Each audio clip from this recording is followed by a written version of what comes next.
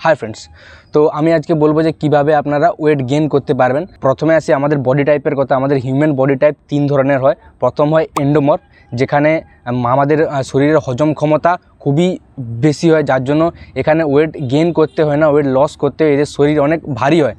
Second আসে মেসোমর্ফ, যেখানে না মোটা না রোগা, একটা মিডিয়াম বডি টাইপ থাকে। এখানে ওয়েট গেইন এবং ওয়েট লস খুবই সহজ হয়। আর শেষ আছে একটোমর্ফ, যেখানে ছেলেরা মানে হিউম্যান বডি টাইপ বেশি রোগা হয় এবং লম্বা হয়, যেখানে ওয়েট গেইন করতে প্রচুর প্রবলেম হয়, কারণ আমাদের হজম ক্ষমতা খুবই কম হয়। তাই আমাদের প্রথমে যে জিনিসটি ফলো করতে হবে সেটি হচ্ছে খাওয়া দাওয়া। আমাদের যে এমন কিছু খাওয়া দাওয়া খেতে হবে যেটা আমাদের মেটাবলিজমকে ফাস্ট করবে, অর্থাৎ আমাদের হজম ক্ষমতাকে প্রথমে বাড়াবে। তার সঙ্গে ওয়ার্কআউট এবং ঘুম প্রচুর প্রয়োজনীয়।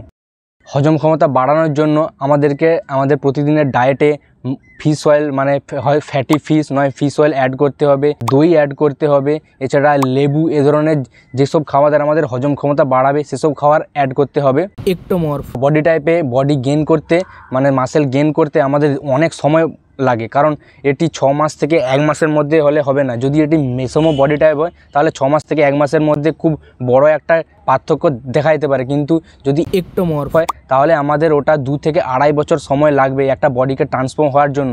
তাই এটি অনেক সময় সাপেক্ষ, তাই খুব ডিসিপ্লিনভাবে সব কিছু রুল ফলো করতে হবে। এই বডি টাইপে আপনাদের নিরাশ হওয়ার কোনো দরকার নেই, কারণ এখনকার মেয়েরা বেশিরভাগ কোরিয়ান ছেলেই পছন্দ করে, তাদের বডি টাইপ কিন্তু এটাই। তাই আপনি যদি একটু বডি মাসল গেইন করেন এবং খুব সুন্দর লুক হয়, মেয়েরা আপনার দিকে বেশি আকর্ষণ করবেই। মাসল গেইন করার জন্য আপনাদের প্রতিদিনের ডায়েটে প্রচুর পরিমাণ ক্যালোরি, প্রোটিন হতে হবে। প্রথমে আপনারা আপনাদের বডি ওয়েটের সঙ্গে সমান প্রোটিন রাখুন, এটি থেকে আপনারা আরম্ভ করুন।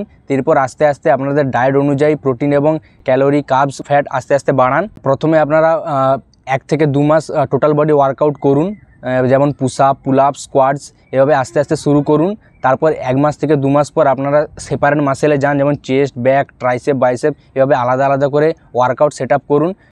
আপনি যদি সঠিকভাবে ডিসিপ্লিন মেনে চলতে পারেন তাহলে আপনি 6 মাসের পরেই দেখতে পাবেন যে আপনার মাসেল গেইন হচ্ছে, অর্থাৎ ওয়েট গেইন হচ্ছে। তাই এটি করতে থাকুন।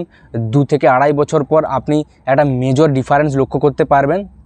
যদি ভিডিওটি ভালো লেগে থাকে লাইক করুন, কমেন্ট করুন, আর এই ধরনের ফিটনেস রিলেটেড সব কিছু বাংলায় জানার জন্য আমাকে ফলো করুন।